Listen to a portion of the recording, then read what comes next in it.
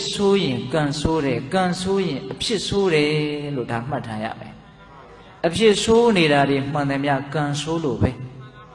ကံဆိုးတာမှန်တယ်မြတွေစိတ်ဆိုးလို့ပဲစိတ်ဆိုးတယ်ဆိုတာဒေါသဖြစ်တာလေးကိုဆိုလိုတာမဟုတ်ဘူးဆိုးတဲ့စိတ်တွေမကောင်းတဲ့စိတ်တွေယုံမာတဲ့စိတ်တွေဖြစ်တာကိုစိတ်ဆိုးတယ်လို့ဆိုတာ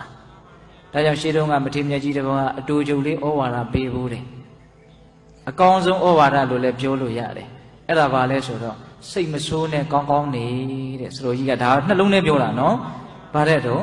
စိတ်မဆိုးနဲ့ကောင်းကောင်းနေတဲ့စိတ်မဆိုးနဲ့ဆိုတာဒေါသမဖြစ်နဲ့လို့တင်ဆိုလိုတာမဟုတ်ဘူး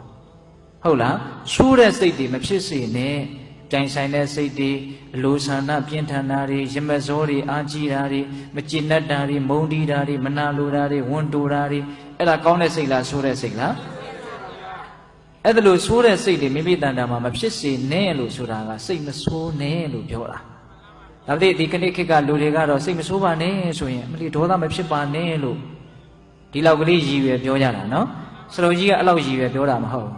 စိတ်မဆိုးနဲ့ပြီးတော့ပါတယ်လို့ကောင်းကောင်းနေတဲ့ကောင်းကောင်းနေဆိုတဲ့သကလုံးလေးကသုံးလုံးနဲ့ကောင်းကောင်းနေဒါပေမဲ့ချဲ့လိုက်ရင်တော့မဆုံးနိုင်အောင်ကြည်တယ်ဗျာလူတန်းပေးကမ်းနေတာလည်းကောင်းကောင်းနေတယ်လို့ပြောလို့မရဘူးလား